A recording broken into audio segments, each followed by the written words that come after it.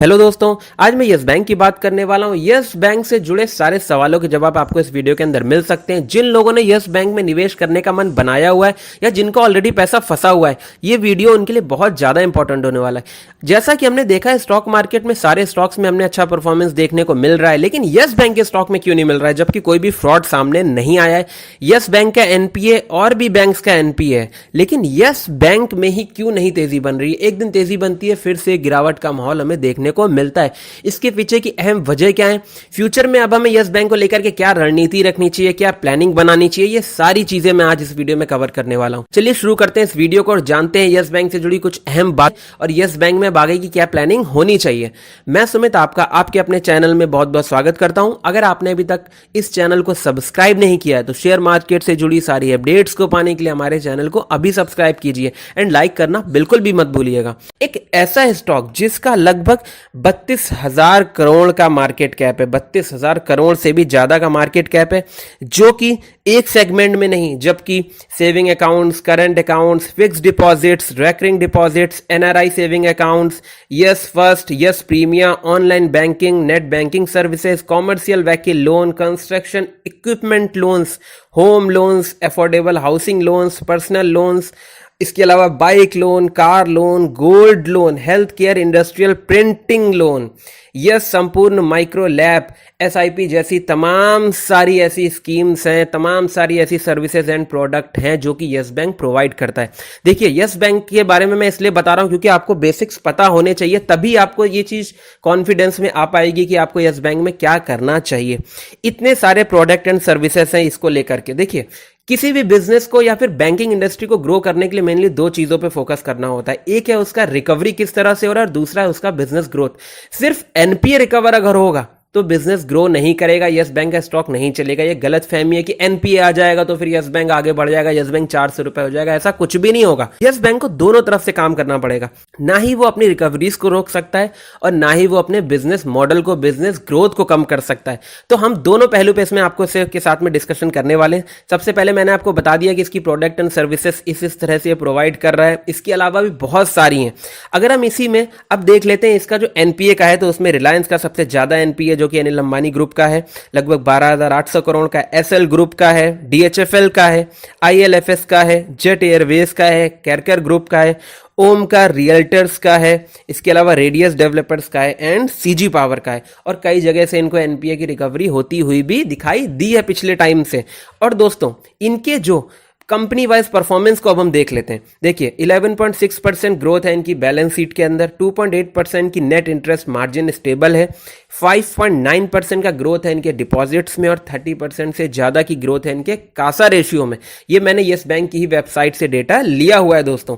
देखिए, ओवरऑल इनका जो बिजनेस है वो अच्छा चल रहा है। अगर हम इनके प्रॉफिट की बात करें तो लास्ट क्वार्टर में, जैसा कि मैंने आपके साथ में डिस्कस भी किया था, लगभग 207 करोड़ रुपए का इन्हें नेट प्रॉफिट हुआ था। और अगर हम नेट एनपीए की बात करें तो 5.78% का इनका नेट एनपीए इस टाइम पर चल रहा है दोस्तों। इसके साथ ही में मैं आपको बता दूं, यस बैंक धीरे धीरे अपने बिजनेस ग्रोथ की तरफ भी फोकस कर रहा है और बहुत सारे ऐसे बदलाव करें। दोस्तों, मैं आपकी जानकारी के लिए बता दूं, यस बैंक जब 2004 में आया तो उसके बाद से एक टाइम पर यस बैंक के स्टॉक का प्राइस 1400 रुपए तक था, लेकिन पारिवारिक कलह और साथ ही साथ में मतलब कि बिना किसी प्रूफ के हर चीज में यस बैंक ने लोन के लिए यस कहा है, मैं तो कहूंगा, और उसी के चलते आज यस बैंक की यह हालत हो गई है। लेकिन पिछले एक साल से यस बैंक तरह के चेंजेस एसबीआई लाया है, उसके बाद से यस बैंक में हम कह सकते हैं एक अच्छा मोमेंटम देखने को मिला है। कोई भी बिजनेस अगर नया भी स्टेबल किया जाता है तो उसमें भी टाइम लगता है ग्रोथ में। एक दिन में, 2 दिन में, हफ्ते भर में कोई भी चीज ग्रो नहीं करती है। और जैसा कि यस बैंक ने प्लानिंग के साथ में काम कर रहा है, उनके एमडी ने यह चीज बोली भी है कि for the time being our focus will be on retail and MSMEs. दोस्तों, अभी उनका जो मेन फोकस है वो रिटेल और एमएसएमईज पर है। ये क्यों है, मैंने आपको पहले भी बताया था कि रिटेल में लोन जो है वो एनपीए होने का खतरा कम रहता है। कॉर्पोरेट में अगर 10 जगह दिया, एक जगह से पैसा फंस गया तो सारा उनका किया कराया बेकार हो जाएगा।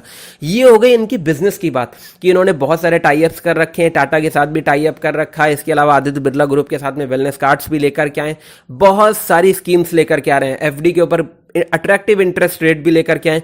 किसी ना किसी तरह से बिजनेस को आगे बढ़ाया जाए यस बैंक, ऐसा कुछ करने का उनकी हर तरफ से कोशिश है।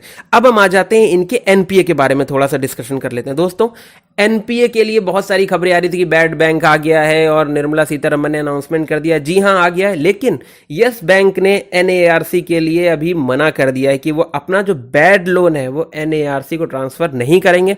उसके पीछे की वजह क्या है वो मैंने आपको पहले भी बताई थी कि यस बैंक का कहना यह है कि भाई उनके पास में अगर हम अपना लोन ट्रांसफर करेंगे तो एक तो पैसा नहीं मिलेगा आराम से, थोड़ा थोड़ा करके पैसा मिलेगा, वही भी अलग अलग रूप में पैसा मिलेगा, को बॉन्ड्स मिल जाए या ऐसा कुछ हो जाए। जबकि इनका कहना है कि हमारे पास में एक अच्छी टीम है जो कि लोन को रिकवर करने के लिए लगातार कोशिश कर रही है, जो भी इनका पिछला एनपीए हो रखा है, और हम उसमें सफलता भी पा रहे हैं। पिछले साल हमने लगभग 5,000 करोड़ रुपए की लगभग की रिकवरी करी थी, जिसमें से रिलायंस ग्रुप की तरफ से भी अच्छी खासी रिकवरी आई थी। जैसे कि उनका जो सांता क्रूज वाला हेडक्वार्टर है उसको इन्होंने ले लिया था, जिससे लगभग 100 करोड़ रुपए ईयरली का जो रेंट है वो इनका बच रहा है। तो इनके एक्सपेंसेस में भी कटौती हुई है उस कारण से। और रिलायंस ने भी एक चीज क्लियर कर दी है, मैं आपको बता दूं एनपीए को लेकर के, कि भाई उन्होंने बोला है कि हमारे ऊपर जिन जिन का पैसा बकाया हम सबका पैसा पूरा चुका देंगे। तो ऐसी खबर आने के बाद में, अनिल अंबानी ग्रुप की तरफ से ऐसी खबर आने के बाद में, ये यस बैंक के लिए और भी ज्यादा पॉजिटिव संकेत है। तो कहीं ना कहीं यस बैंक अपने बिजनेस को लेकर के ग्रो करता जा रहा है और एनपीए की रिकवरी भी हो रही है। लेकिन डेली खबरों के चलते ट्रेडिंग करी जा सकती है, इन्वेस्टमेंट नहीं किया जा सकता। दोस्तों ये आपको समझने की जरूरत होगी कि अगर आप ट्रेडिंग करना चाहते हैं तो आपको 10, 11, 12 रुपए पर मिले तो आप ले लीजिए, फिर 14 या 13 पर जाता है तो आप बेच दीजिए। लेकिन जो लोग इन्वेस्टमेंट करना चाहते हैं, मल्टी बैगर जो लोग समझते हैं बनेगा, उनको 2 साल तक वेट करना पड़ेगा। जब इसके 2-3 क्वार्टर्स के रिजल्ट हमें अच्छे नजर आएंगे उसके बाद में हम कह सकते हैं कि ये स्टॉक अच्छा परफॉर्म करेगा। यस बैंक इस टाइम पर अपनी जितनी भी पुरानी चीजें उनसे ऊपर उठ रहा है, पिछले 1 साल से धीरे धीरे करके अपने बिजनेस को बढ़ा रहा है, और आज ये स्टेज आ गई है कि बहुत सारी ऐसी फैसिलिटीज है जो दे रहा है। और आप देख सकते हैं ये अपनी स्कीम्स को पब्लिक के सामने रखने के लिए प्रमोशंस भी कर रहे हैं, एडवर्टीजमेंट भी कर रहे हैं। आप अगर यूट्यूब वगैरह पे काफी ज्यादा सर्च करेंगे तो आपको यस बैंक के भी एड्स मिल जाएंगे, साथ ही साथ में आप टेलीविजन पर भी देख सकते हैं। तो यस बैंक ओवरऑल अपने परफॉर्मेंस को सुधारने के लिए बहुत ही फोकस्ड होकर के काम कर रहा है। कई लोग ऐसी खबरें लाते हैं डीलिस्ट हो जाएगा, डूब जाएगा, बंद हो जाएगा। दोस्तों बंद होना होता, डीलिस्ट होना होता तो ये जब 2020 मार्च में चीजें हुई थी तभी हो जाता, लेकिन ऐसा नहीं हुआ। उसके पीछे का कारण ये नहीं रहा, ये भी मैं आपको बता दूं कि इक्विटी शेयर होल्डर्स बहुत ज्यादा थे रिटेल में। दोस्तों जिन लोगों ने इसमें अपनी एफडीज करा रखी थी, इसके अलावा डिपॉजिट्स पैसा कर रखा था, उन सब के लिए गवर्नमेंट ने इसको बेल आउट किया था, इसलिए आरबीआई ने इसमें इतना ज्यादा इनिशिएटिव लिया। वरना चाहती तो उस टाइम पे ही इस बैंक को कह देती भाई नहीं काम कर पाएगा और किसी के साथ में मर्जर कर देती। लेकिन ऐसा कुछ भी नहीं हुआ, इस सारी खबरों को खारिज कर दिया गया है। और इन सब के चलते यस बैंक की तरफ से एक चीज तो मैं आपको बता सकता हूं, जितनी अभी तक जानकारी आ रही है कि यस बैंक इतनी जल्दी बंद होने वाला नहीं है।